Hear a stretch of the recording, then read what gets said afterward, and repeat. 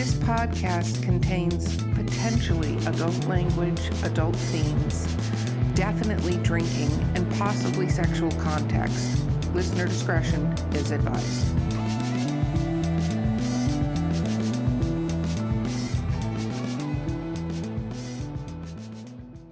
Okay, welcome to the Literary Briefs episode of Drinking with Authors, which means, as we all know, that we've had a sufficient amount to drink before we've done this. So I'm your host, Erica Lance. Co-hosting with me today is Vanessa Valiente. And our fucking amazing fucking guest is Phoenix Daniels. I'm just going to say fucking amazing. Okay. Thank you. Let's talk about so much fun. I'm so glad. I like being fun. Okay, so I am drinking. I'm going to put this up. I'm holding this up. Watch our fucking YouTube channel. It is so much better than just listening to this fucking podcast. Okay, so 19 Crimes, The Uprising. I'm not quite sure what this guy did. I got to use my app, but it's aged 30 days in a rum barrel. It's fucking amazing. I love this shit. Vanessa, what are you drinking, my love? I am drinking vodka soda in my lovely Drinking with Authors. Woo-woo. Phoenix, what are you drinking, my darling? I am drinking number 7 Jack Daniel's Tennessee whiskey, baby. Turn it to the side again, because anyone who saw the previous episode is going to see how far that bitch went down by now. No, oh, she ain't all that in one go. I ain't come here to play with y'all. Okay, this is rapid fire questions. Hold on, I'm going to take a sip of my wine. Ooh, can I give the first one? Sure, fine. Vanessa, first time ever, go for it. Woo! Okay. What is your favorite book of all time?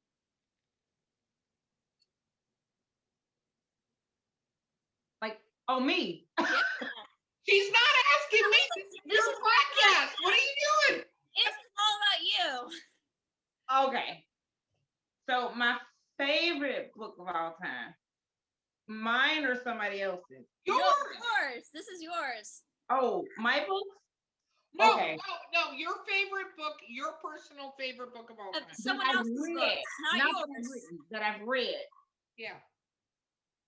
Oh, God. Okay, so that's by an author friend.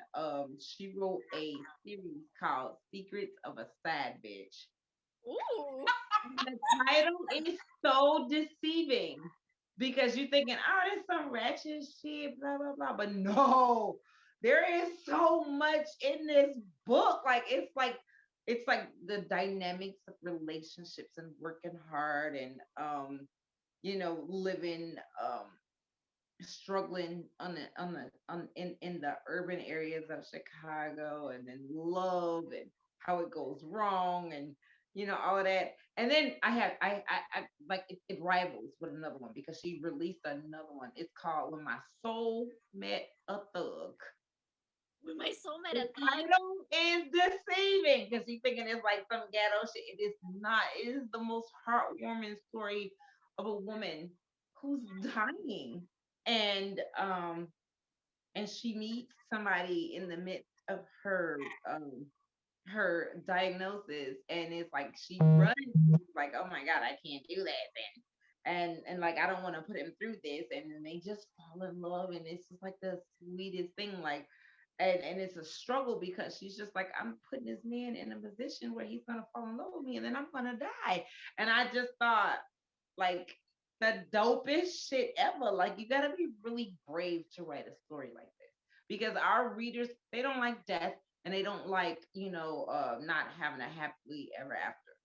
Yeah, it sounds like a Nicholas Sparks novel, but because someone always ends up dying. Playing to it. So who's the author? Jessica Watkins, like one of the best authors ever. Like, she wrote When My Soul Met a Thug, and it just spoke to me. So I've written a story that was kind of like, it was a love story. It's called Cato's Heart, and it's a woman who's dying because she has congenital heart failure, and she knows that she's dying, and she's trying to live her life in a way that a woman would live her life when she knows that she don't have that much life to live. And so I wrote this story like so specifically because I wanted people to understand what how important every day is. And then when I read this story, it was just like, see, she gets me. you know? Like it was like kind of the same thing. It was like you have to appreciate every single solitary day you have. So I think the, those two are my favorite stories. See, the answer to that question is Secrets of a Sad Bitch. It's got a lot of murder suspense, kind of like that. And then with My Soulmate Thug, it's got love and loss and pain. And here's the truth of the matter is no human being can get through this life without pain, loss, and suffering. And how you recover from that determines who you are as a person. Okay. Okay. I like it. I like it. I feel like we were just taking on a whole emotional fucking journey with the answer to that question. Okay, my bad, but no, it's not bad. I feel I have to admit the titles are epic. Sort of like when Kendra suggested the haunted vagina on the podcast. It makes you want to read this shit, right? I'm telling you, it is hysterical. Definitely, if you haven't read that, definitely it's a good read, a good fun read. A good read, but it's fucking terrible at the same time. Anyway. Yeah, it's everything. It's terrible, but it's awesome. It's at the same time. So then, when we get done, make sure you throw that shit in that little group text, the group chat that we have, so I can download it and read it. No problem. So now that was your favorite book. What is the worst book? And feel free to tear into it if you choose to, because we all know Erica's favorite book is 50 Shades of Grey. Right? I read that because, of course, I'm a historian, so I read Hitler's book. I wanted to know the mind of a maniac. I wanted to know because when you read a person's work, it puts you in the mind of who they are and what they feel and what they believe. So I was determined. I read that Mein Kampf, and I was more disappointed than I thought I would be. I thought I would be by the content, but what I was like even more horrendous than the content was the writing. It was like, what 6-year-old wrote this? Like it was written by an uneducated person. Like it wasn't even well written, and I thought at least I knew that the content would bother me, but I didn't think that the writing. So I found out something about me, that I'm more offended by bad writing than I am about bad content. So I expected the content to piss me off, but the writing, it was like the most juvenile writing that I'd ever seen, and that was the worst book that I've ever. It's interesting you say that, because I think as writers, and not that readers who listen to the show, and I know many readers do, but as writers, we get fucking offended when people are terrible at the art. We're like, how did this get published? So my problem with 50 Shades of I'm only gonna do a little bit. I know I'm gonna stop myself. It's a fucking terrible book. And my problem is that it's so badly written. And when the publisher got a hold of it, I'm not even going to go through that whole story arc again now. They got a hold of it. But fucking fix it. It's fucking terrible. You have all these great editors. Fucking fix this terrible book. You have to understand some things about 50 Shades of Grey. Oh, there's a lot I understand about 50 Shades of Grey. You have to understand that she was already in the game. She had a leg in. She was in television or something like that. So she already they were literally agents. What she had was 3,000 pre-orders.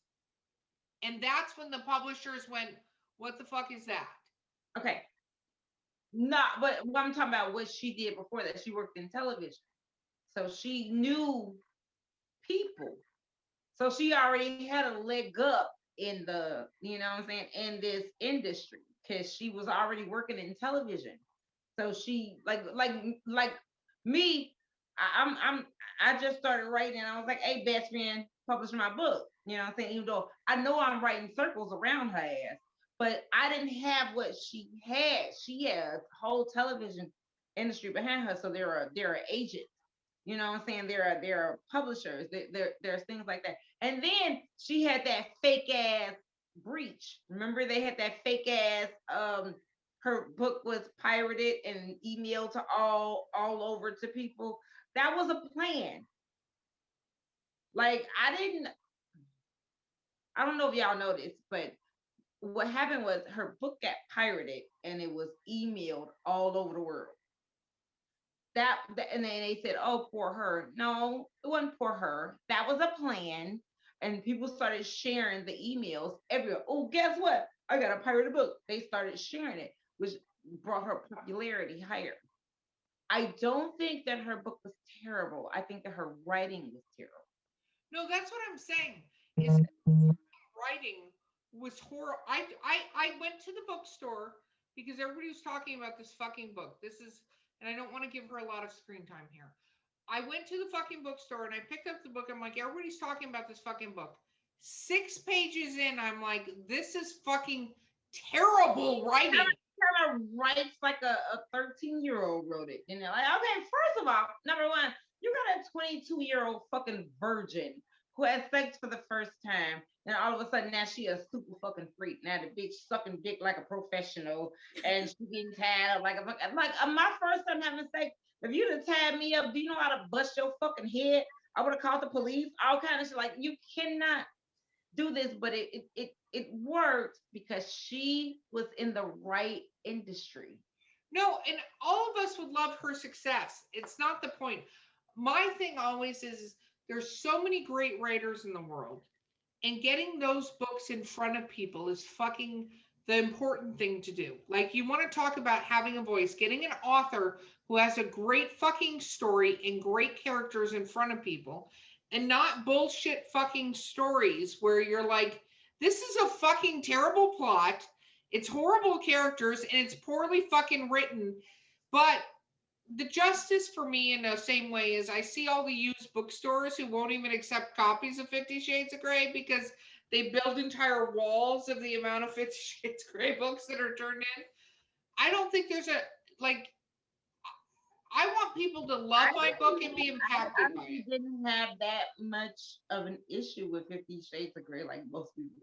Like even when I'm on panels and I'm doing stuff with other authors and they say stuff like that, and I'm like, I didn't hate it like you did. I really honestly did not hate it like most other authors. I just thought that her writing was a little juvenile. But look, there are people who think that my writing is, I don't know, a little, I don't know, I can't say ghetto because I don't write urban fiction, but they think that my writing is a little aggressive. Like I'm aggressive against certain things. You know what I'm saying? So I understand you can't please people on the writing tip. I just thought her techniques in writing her and even I still struggle with technique. I just want things to be perfect. What I'm saying is I was not as offended by 50 Shades as everybody was. I didn't think it was a bad plot. I thought it was an okay plot. I just thought it was written like it was written by a 13-year-old. No, my And my problem with it is that fucking plot was the same plot of Twilight, and you don't get to piggyback on well, some. it was a Twilight fanfare. It started as Was, a but Twilight fanfare you thing. don't get to fucking piggyback on somebody's shit. Don't You fucking ain't going. piggyback. She ain't going. You see that? She like I ain't going. You're Fuck cut that off. bitch. You're done. She I was like, you yeah. ain't going. I wanna say that if she wrote the book herself, that it's very difficult to write a novel and to write a series. Okay, I'm done with this line of questioning because you're being too nice to her, and I need to move on to the next question. Because you're fucking amazing, but me and you're gonna agree to disagree on this topic. So Look, wait, before you move on, let me say this. okay. I'm not a huge fan of the series. But I just think it's so hard, like as authors, right? The only problem that I have is I don't think it was that hard for her. I think because she was already in the TV industry and she was in like shit like that. She had upper hands that really good writers don't have. No, it's and true. that pisses me off. Well, and here's my thing. Fan fiction is a whole thing, and I applaud people who do fan fiction. Fan fiction is a whole genre that I don't think gets enough credit for what it is. You My think if they gave us more credit for what we did, we would be less pissed off that they made that shit a phenomenon. I think that when it comes to, yes, I think when it comes to books, when it's just the marketing selling the book and not the book selling the book, is where I end up with a problem. If you're going to market a book and And it's if going to, we write the way we do, why we can't get that kind of marketing? exactly. So I look at her whole thing, and her whole thing was based on this. And I think it's also for me, I I love people that push the boundaries and go out of normal genres. I think it's fucking important as hell is that we break apart these genres and create new genres and be willing to have all these different areas where instead of these little boxes the normal I publishing companies agree. come up I with. agree. And Yeah. she goes in and acts like her book about BDSM is revolutionary. And I know And it's not true BDSM. exactly. It's not the correct voice. But If you're what she did hit a key genre. She she hit a did, key genre. You have to give her that. The damaged man. That what sells books. She fuck the BDSM. She hit a genre with a genre that women love. People love. The damaged man. She did hit that. Let me ask you a question. What do you think about Sylvia Day? I've never read her. You never read? No. No, I'm not. Like, see, she writes the damaged man. I think that writing the damaged man, I think the problem is that you write the damaged man, and if you're going to package it in something, this is what I'm going to say. Do your fucking research. You don't have to be into the BDSM lifestyle. You don't But have if to you be, do research on the BDSM lifestyle, yes. yeah, but fucking find somebody who's actually in, or several somebodies who are into it. So if you're going to talk like from an expert point of fucking view, and as authors, the moment we write anything down, we're talking from an expert point of view. Now, if you're smart and you don't know shit, It was definitely not well, I do want to come in and of say the BDSM lifestyle. I feel like also you have to also consider that it started out as Twilight fiction. So I feel it also was kind of serving off of, it was piggybacking off of something that was already a phenomena. And then the fact that that thing was a YA novel where everything like kind of cuts to gray. And then they make 50 Shades is kind of like everyone living their like Jacob fantasy, but it's adult content, it's sex, it's like all, I also think that that also takes into account why. And you know where we differ? I think where y'all as serious writers are offended by it, I think it's fucking brilliant. I think the bitch came up. I think where she like look, where she came up on something that she, like, I'm not gonna say stole because it was a given. They were all writing the fan fiction. But what I'm saying is it was a lot of people writing fan fiction. I'm just saying she was in a position where she could get her shit out there. I think that any way an author can put their voice out there, and she managed to do it and it was successful, and I'm not gonna hate on her. I'm just saying I'm a better writer than her. That's all I'm saying. I'm okay. a better writer. It should have happened to me. That's all I'm saying. It should have happened for me. Should have happened for you. Should have happened for you. But the bitch, she found a loophole, and all right, where my loophole at? I can give her, I can admire her for that. I just go back to, I know so many phenomenal fucking writers that I go, excuse me, I'm going to remove you from the spotlight and put any of them in it. Yeah, I don't think Agreed. we're not I blaming the agree. hustle. I See, think we're you just didn't have blaming to the end this execution. segment on disagreement. I agree. She's not the best writer, but she found a loophole. And here's the thing: in my mind, now it don't have to be in y'all mind, but in my mind, I'm a good writer. So what I need now is my loophole. I agree. I agree. So I want to ask Vanessa, were you going to say something? I know we're talking a lot. Go ahead. Oh no, I was just saying, like, to me, it's not the hustle, because I mean, gosh, she banked on her success, but I think it's just, at the end of the day, if I think of what was a good piece of literature that I read, like that particularly would not be anywhere near the scope. Though I actually am probably one of the very few people that haven't even read them. I haven't even read them. I haven't read them. I read 6 pages and I was like, fuck this. Yeah, no. And then she had nerve to come out with the male version of it, gray. Bitch, I used to. Oh, I'm sorry. What are you fucking apologizing for? What are you apologizing for? Like, are you fucking serious? But okay, but it's old. It's old. So I It can't be didn't mad. sell I as much cannot be though. mad. Like you said, I can't be mad at her hustle. I can't be mad at her hustle. I can't be mad at the hustle. I can be mad at the things. Okay, so here's the next question. What is your pet peeve as a reader? Ooh, we already know, right? It's bad. My pet peeve as a reader, filler words. I get so okay. I got two. Like you throw fillers in there because you don't want to write. You just throwing shit in there that, like, what the fuck, this, like, this don't even, shut the fuck up, like, get to the story. Like, you just throwing shit in there to add to your word count. That bothers me. You know what I'm saying? Like, I like you just add to your word count. You mean you don't want 5 pages of descriptions of how a bush looks like, and it would be who bush the mean fuck like a cares? tree. Yeah, but like you don't want the history of leaves. Thank you. It's the fillers. That's number one.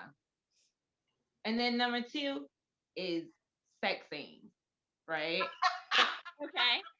I write a lot of erotica. I do. I write a lot of erotic scenes in my novels, but I try to make sure that my novels focus on the people, places, and things. Yes, I write romance, so these people are romantic. They're fucking, and I'm very detailed in it. I go detailed. You know what I'm saying? I do. But I don't think every fucking third page should be a sex scene unless you write strictly erotica. But if you write romance, there should be romance. Like there, like, like if you gotta just like, oh my god, are they fucking again? Zoom through that. Let me slide through this shit. Are you fucking again? Because in real life, like honestly, I fuck men and women, and I don't fuck that much. So it's like, who the fuck doing all this fucking?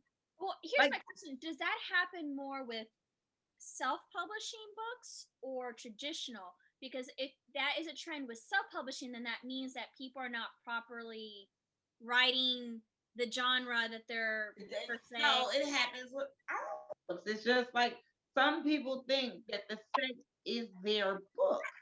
Mm-hmm. And sex is important. Don't get me wrong. I write the most detailed sex scenes. I'm talking about from the blowjobs to the swallowing, from the eating the pussy to licking the clit to. I write details. I don't write and made love. No, I write how they fuck. But I'm gonna make sure it's probably only like a couple of things in that way. Like, come on, man, you can't. Your whole every page can't be them fucking. Like, they gotta have a life. Like, don't they work? Like, what the fuck do they do? It's like so. Sometimes people overdo the sex scene. I have a question. When you're, because you know, you, how do I want to ask this? I want to ask it in a way that, I write humorous erotica. That's one of the genres I write, right? And writing sex scenes, it's interesting, and keeping track of all the body parts and where the body parts are and who the body parts belong to and what you're doing with it. Do you find any difficulties with writing sex scenes? I do, especially now since I'm having no fucking sex. But I do have difficulties with it because, like after writing so many sex scenes, what else can you fucking say? So I have a friend who has a sex thesaurus that when you want to reword something or you want to put things in a different, perspective, like you got different things to work with. I do have difficulty writing sex scenes because after so many sex scenes, it's like how much can you actually do with sex? Like I've written gay, mini and lesbian, threesomes. I've written in the cage. I've written scenes where there's gang bangs, there's this, there's that. So I'm like running out of shit. You know what I'm saying? So yeah, it's like I have to get motivated for sex scenes. So what I do is, cause like I'm a huge porn person. Like I don't know, like since I ain't got no love life, I do a whole lot of Well, porn. a lot of people are porn people, whether they fucking admit it or not. So, Yeah, I'm big on that. So like, okay, porn does not fit in novels, but once you start using your own imagination, you start watching porn, and then you rubbing one off, and your man start working. Then you can come up with different sex scenes. But yeah, I do that. Don't judge me. Oh, I'm not. nobody's judging you. I'm not. I was actually going to ask you this. I'll pop out some porn to rub one off in a minute and come up with an amazing sex scene after that. so Do you get turned on by your sex scene? I'm going to ask this because Vanessa's got my force I Vanessa. do. I have been in the middle of writing a sex scene, like a sex scene, and I've had to stop and just like knock one out right quick, and then go back to it. And if I feel like if I didn't have to stop and knock one out, rub one out, then I feel like I'm not writing the right sex scene. So Vanessa, have you encountered this yet with your sex scenes? Girl, don't. I'm not going into descriptions, but yes, I'm almost done with the story. And And I I'll think leave it it's at important because if you can't turn yourself on with your sex scenes, I'm gonna turn anybody else on. no, you're not. And we've all read the sex scenes in books where we're like, what? Like this. Here's the thing. I'm so, I don't know, connected to the characters and the people in my book. So even if I'm not writing a sex scene, even though like when I do, I get like super turned on, I gotta like take a break and like knock it out and then go back to it. But even if I'm writing a sad scene, like so remember I told you about the little bar I like to hang out at. Yeah. I wrote a scene, where we buried a cop, and had everything, bagpipes, and he was also a Marine, so they had the gun salute and all of that stuff. And I sat in that corner on that bar and cried the entire time. And people that were in that bar, they already knew, oh, she must be writing a sad scene. They knew not to come talk to me. They knew not to come say anything to me. I cried, like literally bawled the whole time I was writing this scene. And that's when my soul said, bitch, that's it. This your scene. Because I cried like a baby. Well, As that's a police officer, bearing another police officer, when you hear the bagpipes and then you hear all that, it's just like it's so overwhelming. It's so touching, and it's so hard to do. And it was so hard for me to write that, and then I was just like, that's it. This is the scene right here, and it's one of the best things I think that I've ever made. So I think that's why writing sometimes, at least for me, can be very hard because if I can't feel the emotion, whether it's a sex scene, a happy scene of just a general, sorry, I think my light bulb's going out. Or someone's dying. If I can't feel the emotion of the character, then I have a hard time putting that story out into the world because if I can't feel it, how can a reader feel those emotions if I'm not feeling it? I agree totally, 100%. So I mean, I completely I have the same situation where if I'm not crying, If I'm not crying, if or I'm I'm not not lit up, moving, then I'm not writing it right. exactly. Okay, so another question, rapid fire questions here. What is your I call it like a writer quirk. Like all of us have little quirks as writers that our editors go, "What the fuck are you doing?" So what is your quirk? Oh God, that's easy. I write a lot of that and but, and my editors are like, bitch, if you put that and but in your sentence one more time, like I write the way I speak, so sometimes it doesn't always go over well, and so my editors are always like, bitch, bitch, and look, I don't have the kind of editors that are like they care about like how you feel and your thoughts. So they like the people who edit my books are mean. I've actually had like an editor to another author. Maybe you should just take up yoga. And I was like, I don't want that bitch editing my book. Then you know what I'm saying? Like she's mean. But the editors, they will rip me a new one for putting that and but and in my stories. Like Actually, way that's like a pro tip because I edit and other people's work, and sometimes if you search just the word that, 9 times out of 10, you can delete it. And it's amazing how that one word, catch that. yeah, if you can delete that word, you see other stuff that you can correct much easier if you just remove that one word out. And you can Mhm. make that sentence really pop and be So really. I get yelled at a lot about that. That. So do you, when you're writing now, do you do your own search for the word that and go fix it before you send it to your fucking editor? Or you're like, No, I absolutely do not. I write the way I fucking write, and you fix it the way you fix it. I write, that's my job. You fix it, that's your job. so I So have a question. So I have a certain view of editors, which to me, I just give my shit to my editor. I'm like, fix it, tell me what to look out for. I don't fucking care. I don't go back and actually review what the fuck they do because I'm like, I am not that fucking person. I don't. horrified by that statement. Well, part of the reason I don't is because one, I have amazing editors. Vanessa happens to be one. Okay, then that's what it is. I I do. have amazing editors, but I want to make sure that my voice is still there. I agree with that, and I'm lucky that my two editors are that. But the thing that I see a lot of writers get tripped up on is they get offended by the edits, and I'm like, dude, I cannot make myself sound as good as they make me sound. So you remember the whole Erica Badu, I'm sensitive about my shit. We're all writers, we're all sensitive about our shit, but you cannot get offended by your editors. Your editors are there to do a job. They are there to make you look good. They're there to make you read good. They're there to make you sound good.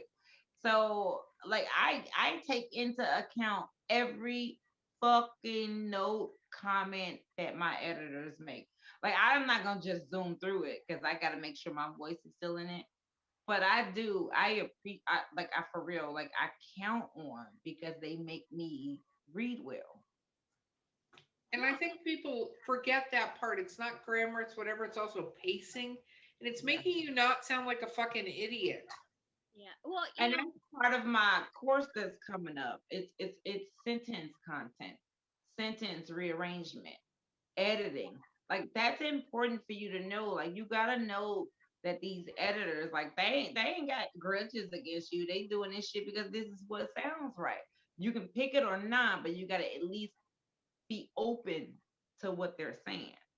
You know what I'm saying? And I do. I gotta what I do have is I have an amazing content editors, sentence editors. But what I do need to get a good team of is proofreading because I found that I make a lot of mistakes as far as like names and stuff like that. So what I do need is to get like a team of proofreaders. it sounds like you need a copy editor. So you have your. It sounds like you have a developmental editor, which is the one that looks at the big world picture, making sure the story is, there's continuity, it makes sense as a story. Then you have someone who goes and fixes the structural stuff. So you got your Mm. pacing. Does this sentence sound wordy? What's the flow? and then the copy editor is the one that's really doing that very fine tuning, commas. That Yeah, the names being fucked up and all of that. You're right. You do that? She Yeah. does. yeah, I do all three. You know, it's just you. I think there's one of the Look things. at God, honey. Look at God. Yeah, the thing with authors is you have to know that there's different levels of editing. Of editing. Yes, Yeah. absolutely. Yeah, because a lot of people think, oh, an editor's just in there just to make sure, you know, this comma's in the right Typing. place, this word's Yeah. spelled the correct way.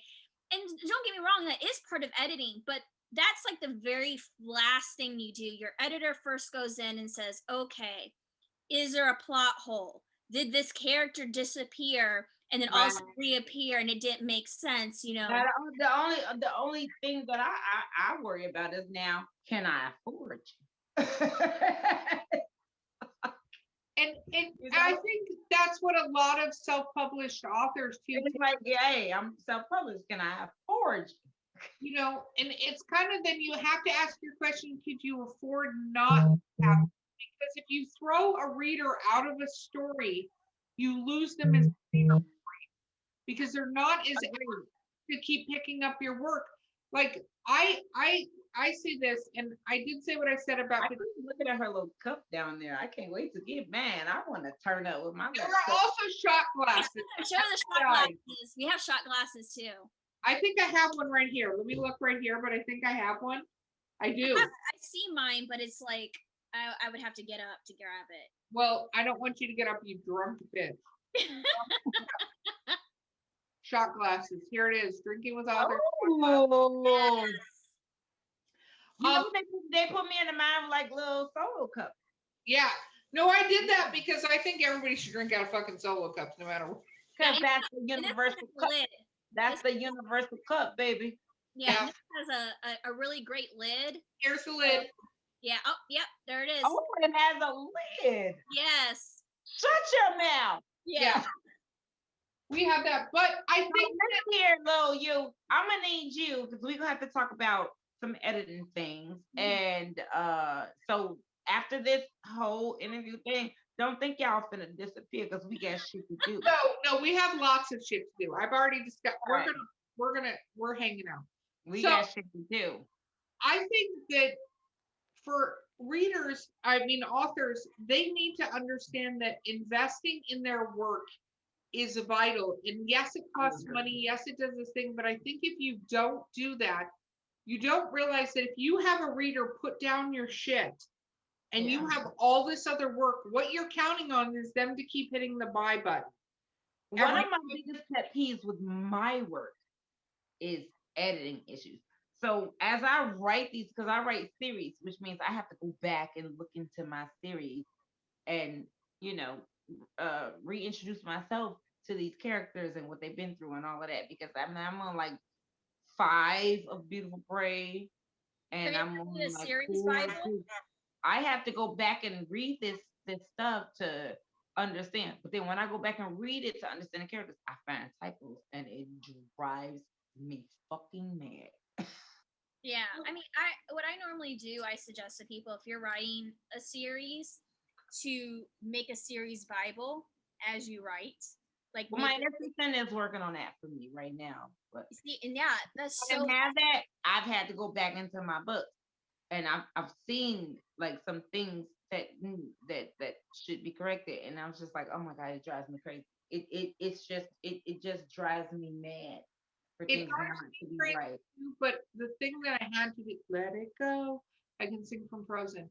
Because the fact is you go back to the first book you've written, you continue to grow and expand as an author. And if you don't just let that be the way it is, I'm not talking about my writing style. I know that's mature.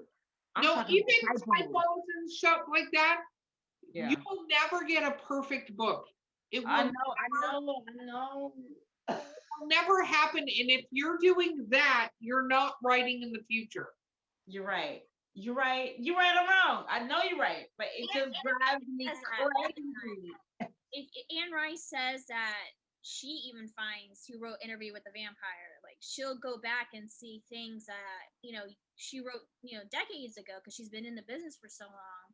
But she even has to like tell herself and be like kind to herself, saying, hey, yes, I do see mistakes, but it shows how much I've grown from that time I wrote, published that book to what I do right now. Yeah, but I'll do things like go back into like my recent books to do research, and if I find a mistake in there, it's just like I'm so hard, I'm so critical on me, you know, it's like I get very critical of like the things I write We and are our worst critics. No yeah. critics out there are going to be as bad to us as we are going to be to ourselves.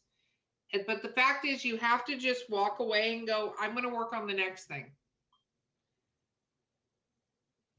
But if it's a series, if you're working on the next thing and you got to do research on the series, you're gonna always see it. Go back to your World Bible or your audiobooks and leave it the fuck So, alone.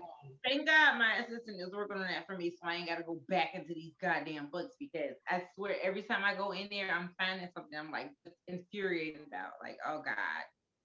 So I do know that I am harder on myself than most of the readers are on me, but the readers, what I'm saying, listen, don't ever get comfortable in thinking that they won't chop your ass up. No, and the best, Stephen King has an entire thing on his webpage where he asks people to put typos and shit they find in his book. He asks them to send a message so he can get it fixed. So that happens for me. So thankfully, since my readers like kind of, I don't know, they kind of maybe like me, they will hit me in my inbox and they were like, "Oh, I found a typo." They will highlight it, screenshot it, put it up there. Just they won't comment on it, but they'll tell it to me directly. So I get that. That works very well for me. Then you have fucking awesome readers then. I do have, man, I got the dopest, most like loyal readers. Like they're like if I drop a book, so some people are afraid to do new projects because like they want the old shit. They want you to keep going with these series. I have the dopest readers. They will read whatever I write if they see my name on it. And I have to admit, like I know a lot of people don't have that, but I do. I got a dope set of readers. So um and then they don't want to embarrass me. I'm like, that's a typo. Put it in like reviews and no shit like that. So I do. I'm very grateful for the people who read my book. That is amazing. Okay. We unfortunately are coming to the end of this round. Are you crying, Vanessa? Vanessa looks like she's crying.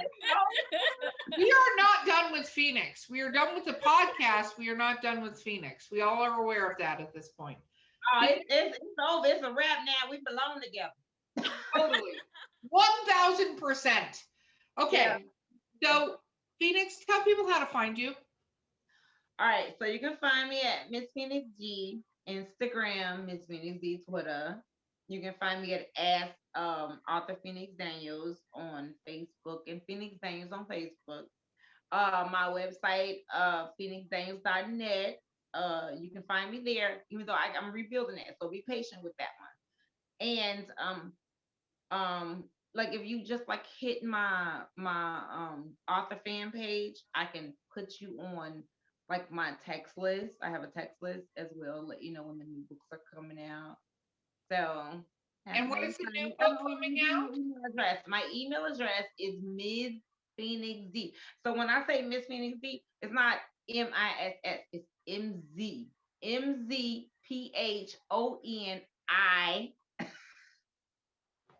Wait, I see the name. Was that the Jack Daniels? It's the Jack Daniels. You forgot the X part of the Phoenix D. You got the I and you stopped. Okay, I got it now. It's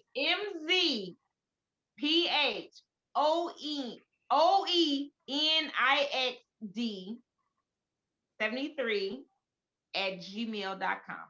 I'm gonna repeat that. MZPHOENIXD 73 at gmail.com. So you can always email me. And I don't know, just shoot the shit. You know what I'm saying? Okay, so what is your next book coming out? We need to talk about your next book coming So out. my next book coming out is Beautiful Prey 5, BP5. We call it BP5. And it is an extension of the Jack Storm and Victoria Storm story. But it's got the aspects of the Lucas Savelli, the Mafia series in there. Even the Creed people are making an appearance in. They're doing these huge things with this Black Lives Matter movement there in Chicago. And they're out there. And then some drama is gonna happen while they're out there. Cause it's always drama. So what I did was I omitted the coronavirus because I don't like it. I don't want it. I ain't writing about it. Fuck it. You Fuck don't it. I have ain't to. doing it. I think it's It good don't that even fucking happen. It didn't happen. Living it. We're But still what living it. I could not admit was the movement. So my black women with their husbands who have black children, they may not be black husbands, but they have black sons are out there and they are out there and they are marching with their women and then some bad shit happens because we know we got Natasha and the quiet one and she got anger issues and then somebody gonna spit on her and then it's over. And then, so and then the book after that is gonna be Creed.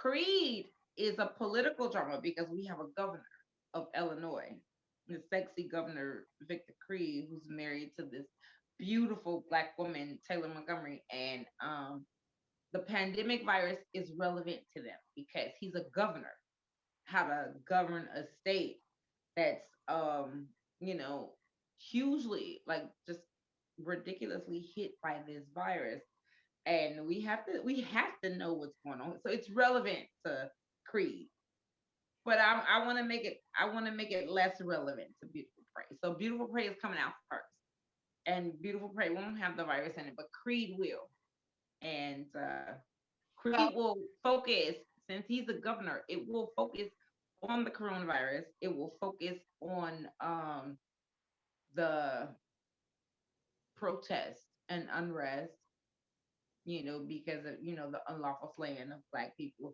and like so he's a white governor. Of course, he has to deal.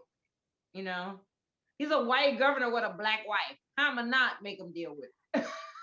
I think So perfect, and I love that you're writing again. I know you said you stopped a little. it's been a struggle for me, but I am really excited about the fact that my creative juices have started flowing again. I'm really excited about it. And I know your fans are very excited about it, so that's fucking amazing. I know, girl, because I was getting death ass. Some bitches was in my inbox like, bitch, I'll smoke your ass. You don't come out with this book. Because fans can be lovely and terrifying at the same time. Damn time. Yes, absolutely. Yeah. Okay. So you are amazing. Thank you so much for being on this podcast with us. You are fucking phenomenal. Thank you for having me. Yes. And I've been Erica Lance. Vanessa Valiente. And we will fucking see you next time. Woo! Bye. Yes.